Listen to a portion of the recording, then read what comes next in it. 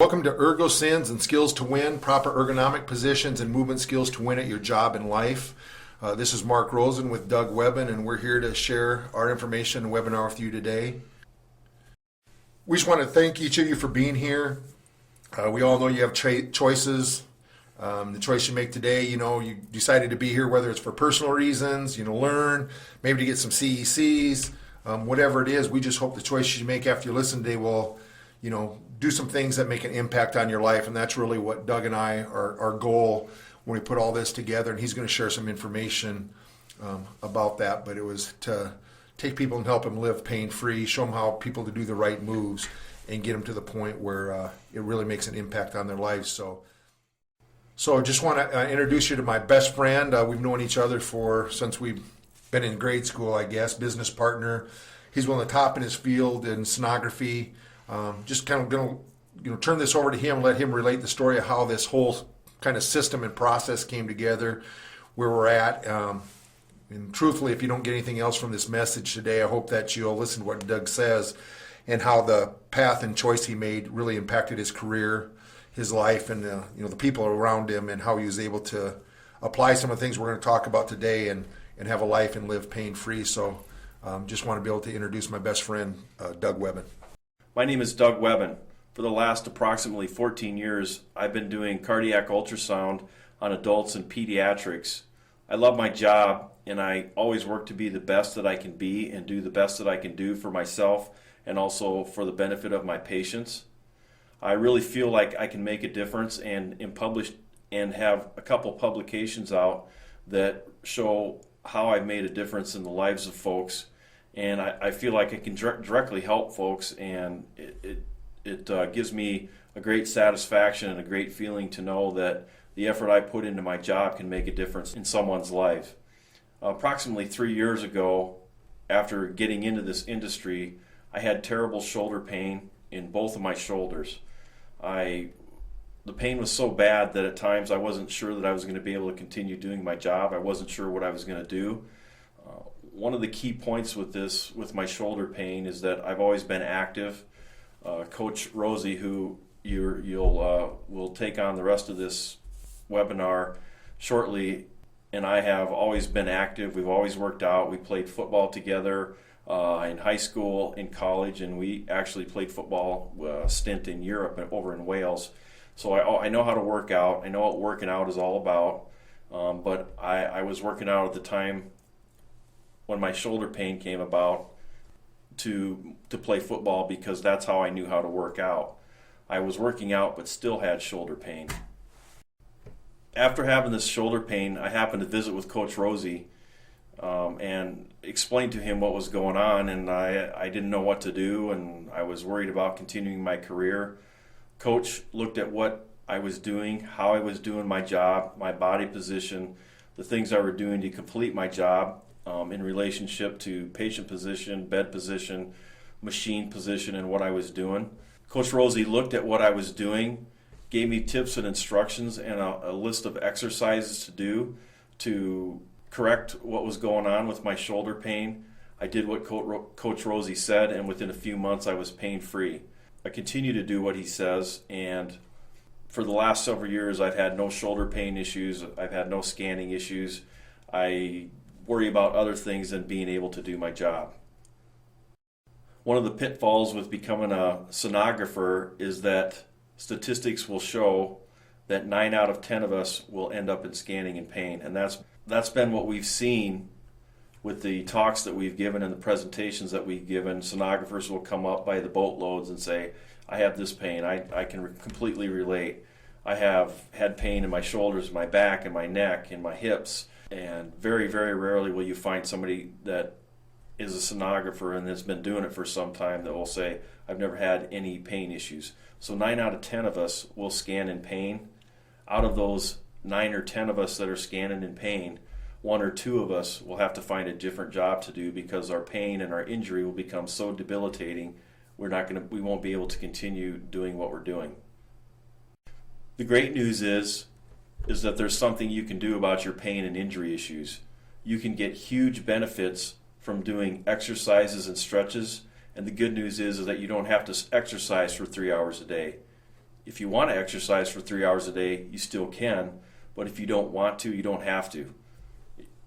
As an example, if you could see me, you would say, okay, I'm telling you I exercise. It may not be readily apparent, but I get enough exercises done that I'm able to have some type of fitness and be able to keep on doing my job. So I don't look like a marathon runner. I don't look like a bodybuilder. I'm a middle-aged fellow that's probably got a little bit too much pounds on, that knows how to exercise and knows how to exercise to keep being able to do his job. Now, a lot of you folks out there, maybe do some exercise, maybe don't do much exercise, and you're just like me. You got kids, you got a household to keep up, maybe your spouse works, you're running in sports with your kids or drama or band or whatever it is, and we'll hear this a lot. Well, not only with the talks that we're doing, but just in general everyday life. I don't have time. I'd like to do that, but I don't have time. My challenge to you is to realize this. There's 24 hours in a day, there's 1,440 minutes in a day, and there's 168 hours in a week. What I would ask each of you to do is to make a little calendar, however you want to do it, hour by hour, day by day, whatever works for you. I want you to keep track of your time for 1 week, see how you spend your time. You can add up everything that you do during your work week and your weekends, add up your sleeping, your eating, the time it takes you to shower and get ready for work or get up and get going, the amount of time you spend at work. You can include driving time, all the things that you do during the week, fun time, cleaning house time, everything that you think of that you can do. Write this down for 1 week, add up all the hours that you spend doing all this stuff, and I guarantee you that you'll be able to find time, spare time in that 168 hours in that week that you cannot account for. The excuse that you just don't have time to exercise is an excuse. You do have time to exercise. Anything less is just an excuse, and as far as I'm concerned, plain lazy and an excuse. If you make a priority, you will find the time, and you will be able to get your exercises in and done. I want to introduce you now to my best friend, Mark Rosie Rosen, or Coach Rosie as I call him. He's been a strength and conditioning coach for over 30 years, teaching high school, college, and professional athletes. Anything from junior high kids to teaching NFL football players the best way to maintain their shape and keep pain and injury free, to training Olympic athletes in China. He was a director of a hospital and owned his own wellness center for 8 years and his own training facility for 6 years. He's a speaker and author. And has traveled around the world, including China and Europe, to speak on training topics, fitness, and performance. He also works in conjunction with the National Education Department and Play 60 in the NFL to develop a movement skills for life program for youth to seniors. So without further ado, I'm going to let Coach Rosie take over. Really, we don't have a lot of time with this, so really soak in what he has to say. He has a vast wealth of knowledge and is going to be able to help a lot of folks here today. When you have access to an NFL strength coach and an Olympic coach that's trained Olympic athletes, obviously he knows what he's doing, and he's extremely gifted at the talents and skills that he's going to bring to this talk. So without further ado, I welcome my best friend and colleague, Coach Rosie Rosen.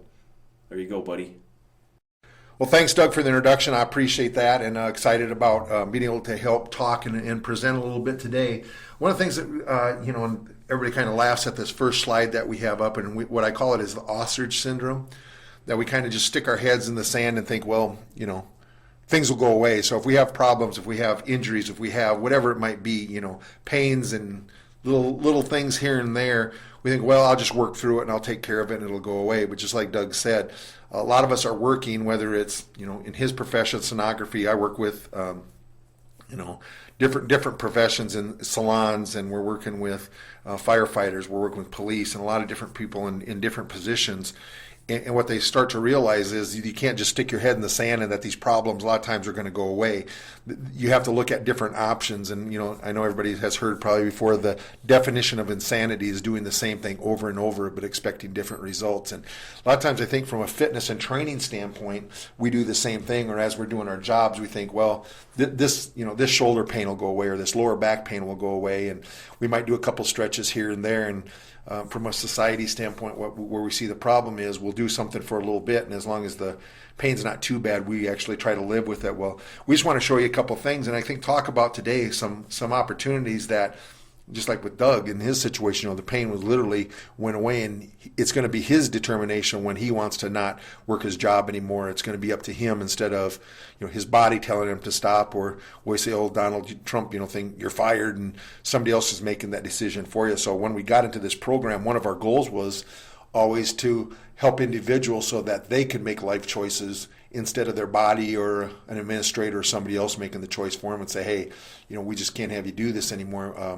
I was just talking with a dentist who, has spent hundreds of, tens of, not hundreds of thousands of dollars on their business, going to school, building their business, their practice, and had so much pain and injury, and then looking at, saying, "Hey, I'm going to have to stop doing what I'm doing, and I can't see the patient load that I'm seeing because of my back problems, and I'm having some shoulder problems." And what we're able to do is take her and help her reach a level where, now she's like, "Hey, I can determine if I want to sell my business when I sell my business and not have to have that be the determining factor because she couldn't see enough patients during the day because she couldn't stand on her feet long enough." Or we have a hairstylist who, instead of seeing 15 people a day cutting hair, she was only seeing 7 a day. And the salon that she was working with saying, "Hey, we're going to have to, give up your chair because you're not generating the revenue that we need here."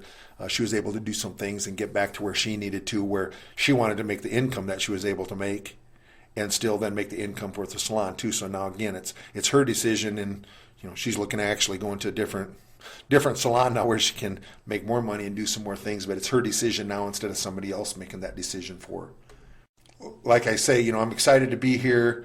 A few key points I want you to make sure we walk away with. And if you hear us and listen to other webinars or have a chance to hear us in person, one of the things you're always going to catch from us is, we talk about we train movement. We don't train muscle. And I'll be like, "What do you mean? You're still training the muscle." What we do is we look at how the body functions and moves as a unit and train from a movement-based standpoint. So you're going to see a lot of times I talk about, I don't put people on their butts, on their backs or braced into a machine a lot of times so they can get the full benefits of training. And I think when you're sitting on a machine, we still use machines. Don't want people to think, "Oh, he said he never uses machines." We do when somebody needs to maybe increase their strength levels. But when they're past the point we know they have the strength levels, then all of a sudden it becomes, can you support the load and the things that we're asking you to do without sitting or braced? Because most of the time I see in movement in life, most people at their jobs, using the dentist as an example, and they can, I guess, be sitting with their back braced on a chair, a tall chair or something along those lines, makes it pretty tough to do your job very well over a long period of time. So what we try to do is we move people in multiple directions, try to get them on their feet, and we try to train them that the way they're going to move in their life and in their jobs and what they want to be able to do. So we just want to hope we can share some of that information with you. So what we're going to cover in this talk really is, the topic of, how this kind of came up and how we really got into this whole program. That, we saw an article about the top ergonomic mistakes that sonographers make on the job and the best ways to correct these mistakes. We're hoping you can take this from whatever job you might be doing. Maybe you're not a sonographer, but we hope that you can take some of these theories. And I know a lot of times people are, "Well, he's talking about sonographers, so he's not talking with me." I'll talk to athletic trainers sometimes, or personal trainers, and talk from a strength coach, and they're like, "Well, you're not a personal trainer." If I say strength and conditioning coach, if I talk to, strength and conditioning coach, but mention something about personal training, they shut you off. I hope you guys are open-minded enough and don't shut us off, that if we talk about sonographers, you could put hairstylists, you could put dental hygienists, you could put auto mechanic, you could put anything in there, because we still look at ergonomics and how people move. So I hope you can be able to, look at some of these things. And then the talk we cover, like we say, we really want to look at how to incorporate proper movement skills. We talk about movement skills for life, to assist with the perfect ergonomic guidelines when they're not possible. And what we mean by that, Doug and I actually had an opportunity to speak not too long ago to a large group. And when we ask, it's like, well, you should never do this, because from an ergonomic standpoint, it's not a good position to get your body into. So we asked 200, well, how many of you have never done this before? And no one raised their hand. And we all know you shouldn't be putting yourself in that position. But guess what? In real life situations, sometimes you are in those situations. When do most injuries and accidents happen? When we put ourselves in a position that we're not used to being into. So I'd rather take people and put them into some positions in a chaotic kind of maybe an environment and work to train that movement and train the body so that if they ever do get in those positions, they can handle it and their body's not going to break down when they're in that. So we just want you to hopefully learn some basic, like it says here, simple and exercise movements that can help improve how you feel, how you move, and just literally how to do your job better. And like we say, we hope that, it could be something where you determine what you want to do with your life and your career down the road. And then, teach the movement skills. We're going to demonstrate some, give you a program that you can follow each week. And literally, we try to put together something that only takes a few minutes, a couple days a week. We know everybody's schedule's busy. Now, there might be some of you guys out there say, hey, you know what, I work out an hour to an hour and a half, 5 days, 6 days a week. Fantastic.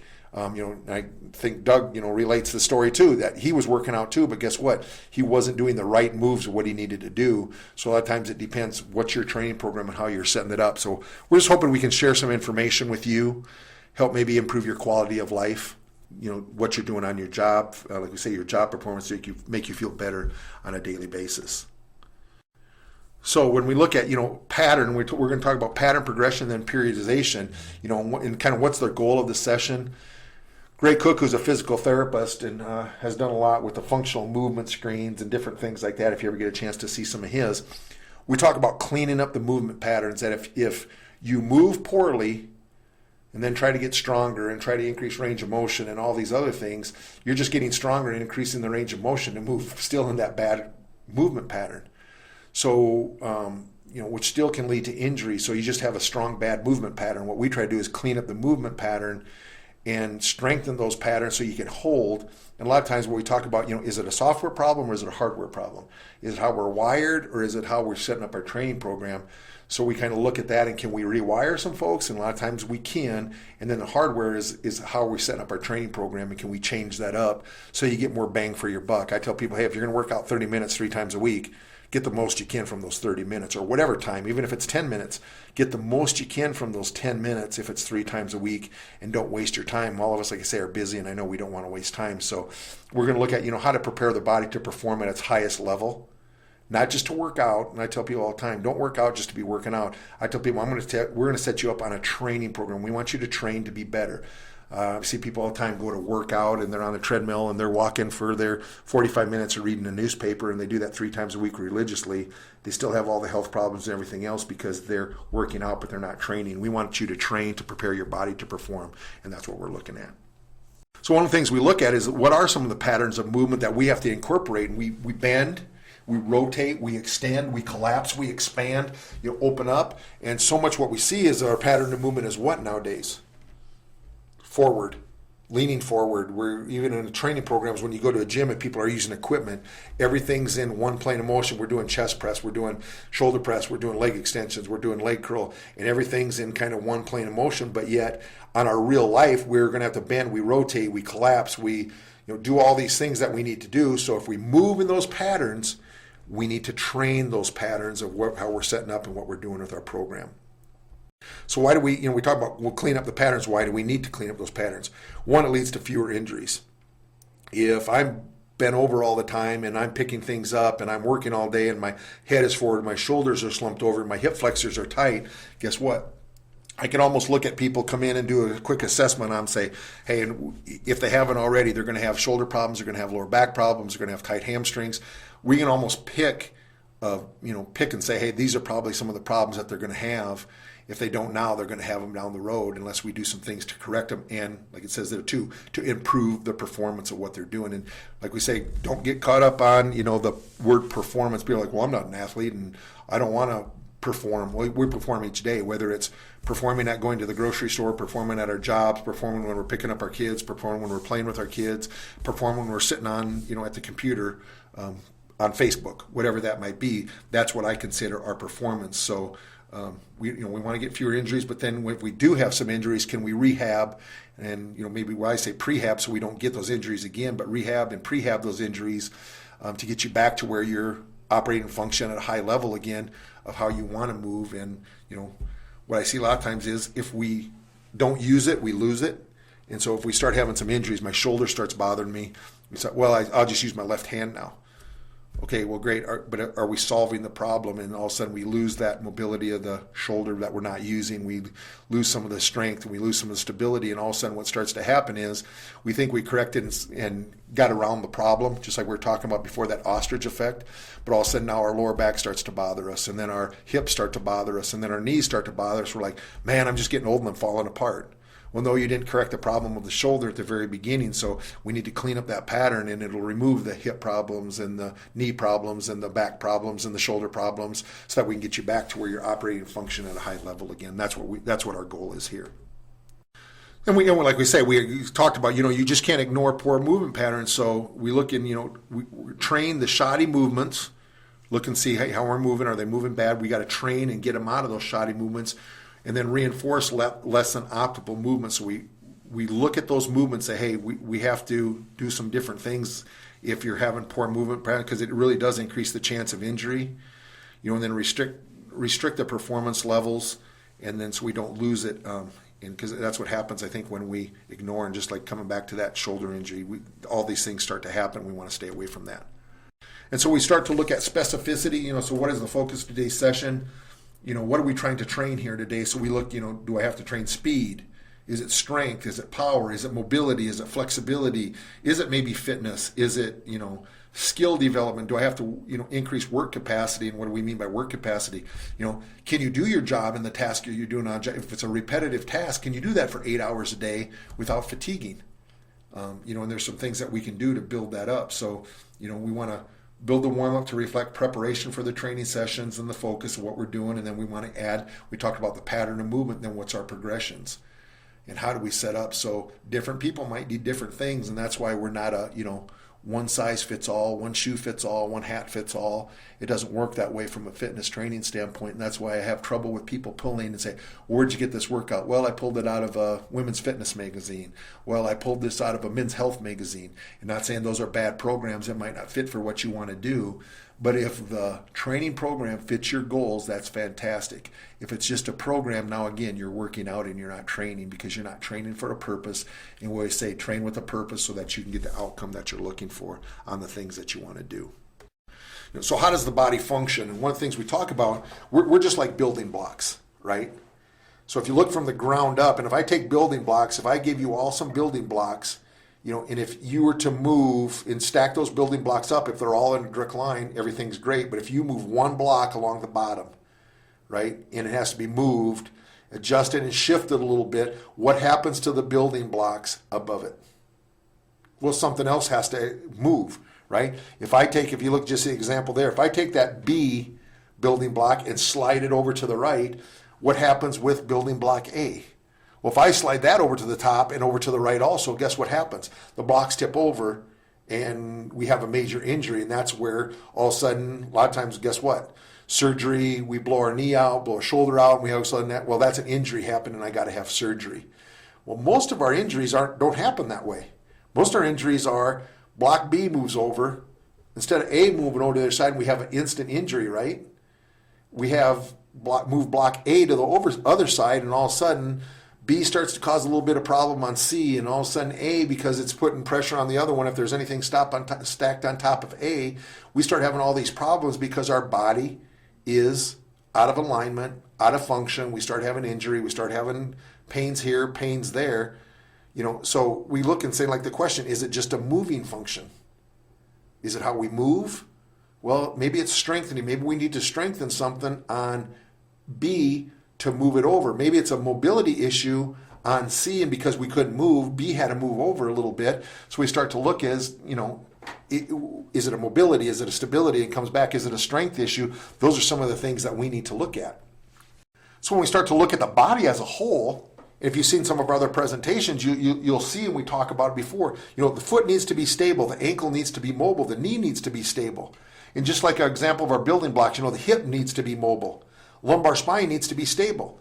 Well, what starts to happen with a lot of us in different positions? If we lose, example, hip mobility because we sit all the time, our hip flexors become tight and we can't move a lot. What starts to happen with our lumbar spine and our thoracic spine? Right? Our thoracic spine all of a sudden becomes stable. We try to get movement through our lumbar spine because our hips are stable, our thoracic spine stable, and all of a sudden if we're trying to get movement through our lumbar spine, which should be stable, we start having pain and injury and go, God, my lower back is killing me. Well, it's not your lower back. We need to increase that mobility back in your hips. We need to increase the mobility back in your thoracic spine, which all of a sudden lets the lumbar spine be stable again, takes work and load off that. We line those blocks back up, and all of a sudden you don't have lower back problems anymore. But if you don't address that, then what starts to happen? Man, my hips are killing me, and now I notice my knees are starting to cause me problems also. Because you try to do what?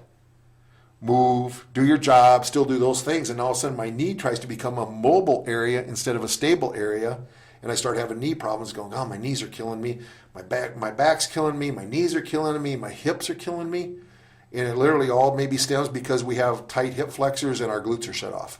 So some of the things that we need to look at as we start developing some of the programs that we look at.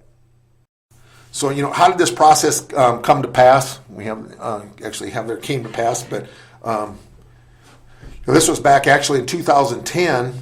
A group with Ultrasound Ergonomics came out with the 10 Commandments of Ultrasound Ergonomics and talked about, they looked, and like I said, I'll just read this here. It was shocking to me that over a 15-year period, there have been vast improvements in ergonomic equipment design, sonography education and awareness, and a greater industry standard and practice geared towards reducing sonography injury. Yet statistics show that huge percent of sonographers experience work-related musculoskeletal strain disorders.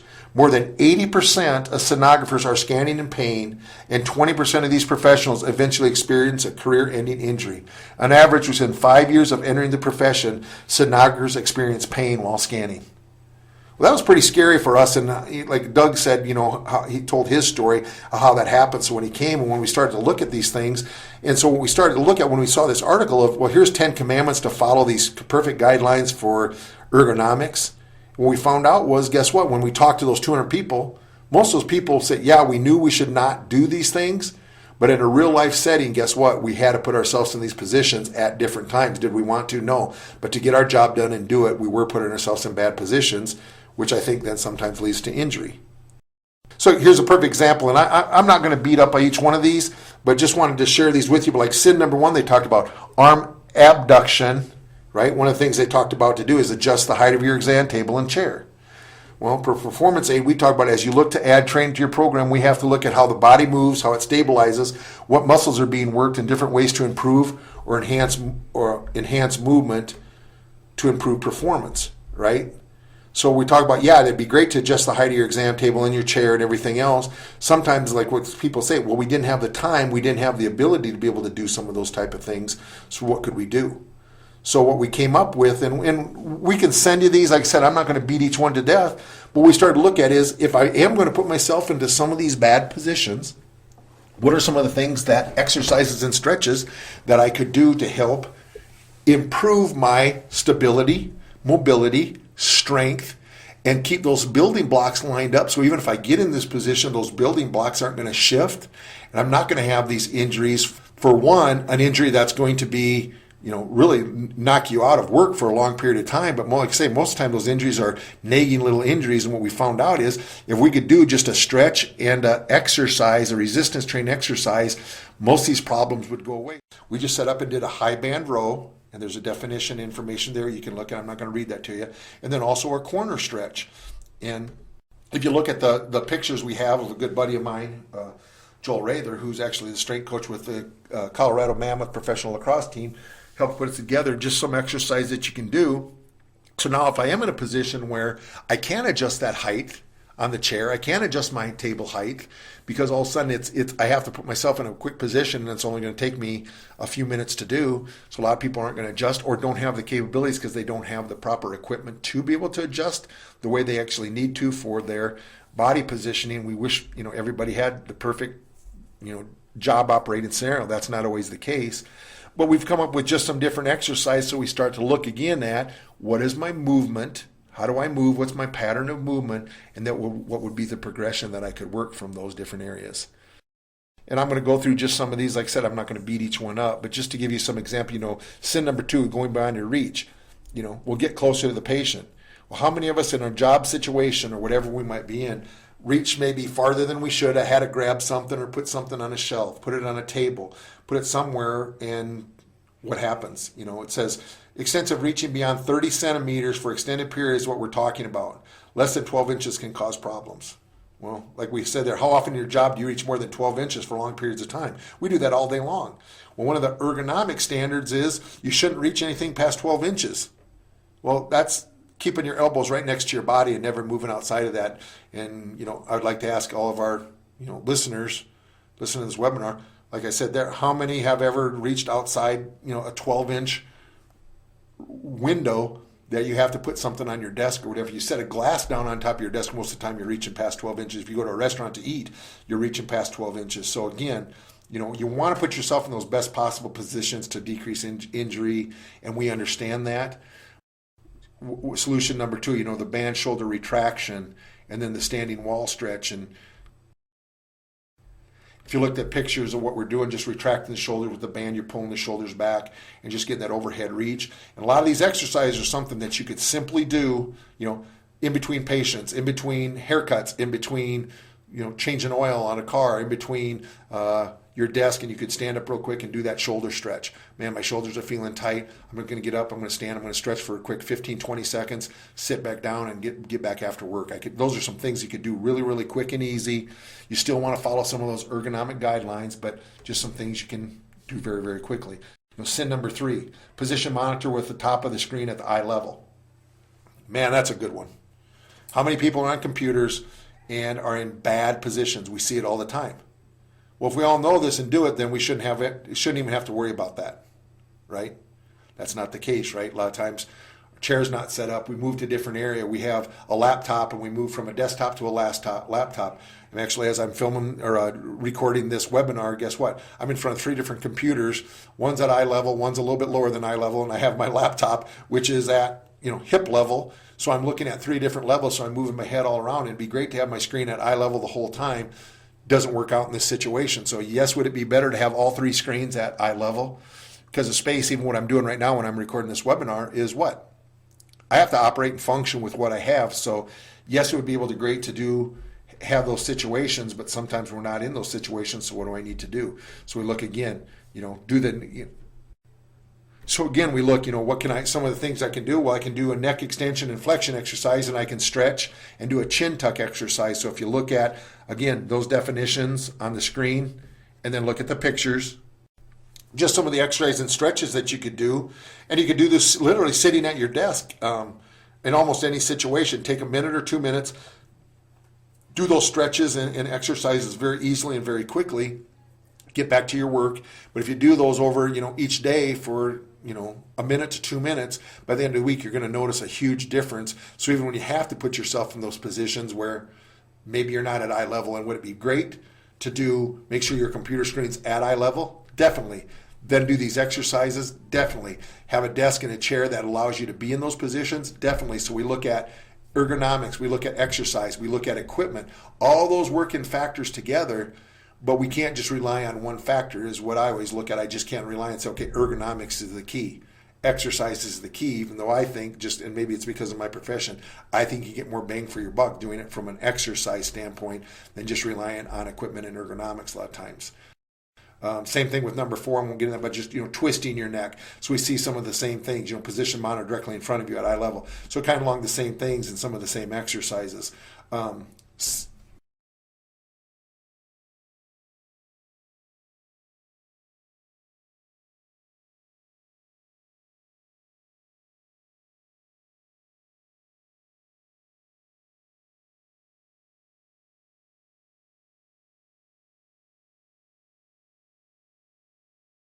So in sin number 5, they talk about twisting your trunk. Position all equipment and the patient, person you're dealing with, whatever, to minimize your need to twist. Well, again, fantastic, that's great, but guess what? Our trunk, our core, The fitness circle, we call it the core, is where all movement begins, and our bodies are made to move in all directions and even rotate. So to say, well, we want to be in a position we never have to rotate, what I see starts to happen is we don't get in those positions. Then all of a sudden when we do rotate, we hurt our back. We, wrench something in our hip, our thoracic spine, or up in our shoulder. Also, man, I pinched something in my neck. Well, what happened? Well, I was just turning to rotate and grab something. I was turning to work on something, and all of a sudden this happened. Well, if we do those on a regular basis, I think we can eliminate some of those problems because we teach people how to rotate correctly or how to resist and hold positions when they don't want to rotate or they're holding a load when they're doing that. So we just show some band rotation exercises and some band rotation stretching. So if you look at the next slide, on slide 36, if you look at those positions, those are some of the stretches and some of the movements you can do with bands to help strengthen some of those areas, which now I can put my people in positions where they have to rotate. Is it great if I don't have to? Yeah, but look in life and most of the time of what we have to do to be able to rotate. So we have to change some of those things up.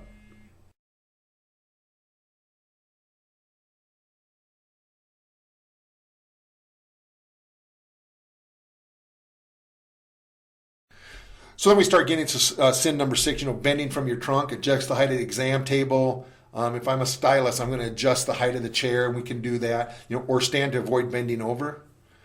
How many of us in situations have had to bend over a desk, a patient, whatever it might be, a project that we're working on?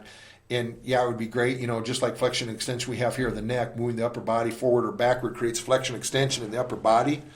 In most cases, we're talking about bending forward, reaching over something or someone to get something or get a better position to do a task. Well, just like we say there, are we going to be in a situation where we never have to do that? And I hope pretty soon, because otherwise we're going to be in positions where, guess what, we're going to stand upright, never going to have to move. We're going to just lock somebody in on a straight board, and if they move, we're in trouble. We want to make sure the muscles are toned, flexible, and we can move in different positions. So as we look at that, slide 38, we look at doing a reverse crunch, and it gives an example there. And then we also talk about on the next slide, stretching exercises, the pelvic tilt, the knee of the chest, the piriformis stretch. All these exercises are going to help where if we need to be in a position where we flex, extend, and even add a little bit of rotation to it, we're not going to put ourselves in problems where we're going to have that, debilitating injury or put us in a position where we're going to go, oh my gosh, I can't be in that position again for the next 2 weeks. We'll have worked through those positions and understand that. Is that the best position to be in over long periods of time? No, but we have the fitness level, the strength level, the mobility level to be able to function and work through those levels if we need to at different times. So just some different stretches that you can see of what it does to be able to help stretch some of those areas so we can bend over, we can do some things to get ourselves in better positions at what we need to get into. So what we ask is, do we need to see different things or see things differently? How are we going to look at it? You've probably seen this before. That picture is exactly the same. If you could turn your computer upside down, the picture is just upside down. It's exactly the same picture. One's of an old guy, one's a young guy. So, a lot of times I'll tell guys, we're looking at the same thing. Are we looking at how the body moves? Oh, we need to, do A, B, and C. Well, maybe we need to do C, D, and F, and we're looking at the same thing. I'm just looking at a different viewpoint. So we're still looking at the same body. We're looking at how the body moves in the same muscles, but how we start setting up our training program maybe is going to be a little bit different. So there was actually 10 sins that they talked about. We just presented a couple here. But what we wanted to do is, like we said, get you to start seeing things a little bit differently. How do you set up your training program? What are some things you can do to benefit yourself as you start setting up this training program? And you need to be doing it. Like Doug even talked about at the beginning, a lot of people go, oh man, I just don't have the time to do this. I'm going to have to go to the gym 4 days a week for, an hour and 30 minutes to get there and work out for an hour and 30 minutes to get home. And now it's a 2.5 hour deal and I'm doing that 4 days a week and I don't have time because my kids are doing this and I'm doing that. And we're talking about giving yourself an opportunity to live life to the fullest and giving yourself, 10 to 15 minutes, 2 to 3 times a week to feel completely different and live a life of, that's pain-free just by doing some of the things that are going to be the right moves. So we really are looking at you and asking you to see things just a little bit differently, maybe through a different microscope. So the corrective exercises really are the key. And so what we're talking about is, mobilization movements. We want to be able to be mobile on some of the areas we need to, which comes back to some stretches, to some strengthening, maybe some strengthening exercises that give us a little bit better stability, So we look at that strength continuum exercise. It's not always just getting as strong as I possibly can, but getting strength and strong through those proper ranges of movement that I need to do. That's what we're looking at. And once those patterns are good, that's where we come in and talk about the progressions. And we add the proprioception stability drills that maybe make the exercise a little bit harder, but that's part of the progression that we talk about. Then we start adding bands, then we start adding weights, then we start adding more work, that you can handle different things. So hey, maybe 6 to 10 weeks down the road, instead of doing 15 minutes 2 or 3 days a week, maybe you get excited about what your program's doing and you start bumping it up to 20 to 30 minutes three times a week, and still doing some things at home where you don't have to go to a gym, and you can do 10 minutes in the morning and 10 minutes over your lunch hour and 10 minutes in the afternoon, and that's where your 30 minutes comes in, and you're doing a couple stretches when you get up from your desk before you go to the restroom. You're doing a couple stretches and a couple movements, before you go to lunch and right when you come back from lunch. Then when you take your break in the afternoon, you're doing another 1 or 2 movements, and all of a sudden you're saying, wow, I'm feeling 100 times better, and I'm doing this thing at work, or I'm doing it right when I get home, and putting in 20, 30 minutes 3 times a week. Man, I'm feeling great, and that's increasing what you can do, and then you can start handling more work capacity, do things at work, find out you have more time and can do a little bit extra things, that you start having some areas that you really start want to work with because your body starts feeling better. Now you go, hey, my body feels pretty good. Well, there's some extra areas I want to work on for cosmetic effects or whatever that might be. You have that ability and the availability to be able to do that. One of the things that we look at, we just want to thank you so much for your time. And there's our contact information on the last slide. And contact me. You can contact Doug. You can go to our email address.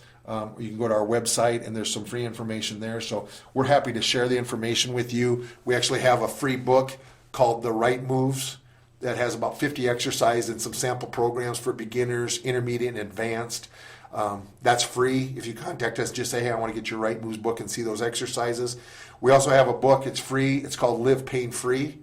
That if you would like that book, and it just goes in a little bit more detail on our thoughts and philosophies of what we've put together and why you should train movement and not muscle, in some different areas and some sample programs and some more information that you can read over and look over. And we'd love to share that with you for free. Also, you just can contact us and say, we'd love your book of Live Pain Free, and we'll get that to you. The Right Moves book you have access to, and that's also free. So just feel free to give us a holler. You can email us, call us, whatever you need to do, which is most convenient for you. We hope you lead a wonderful life and understand that you do have the ability to live a pain-free life, and you can accomplish whatever you want to do. Thanks.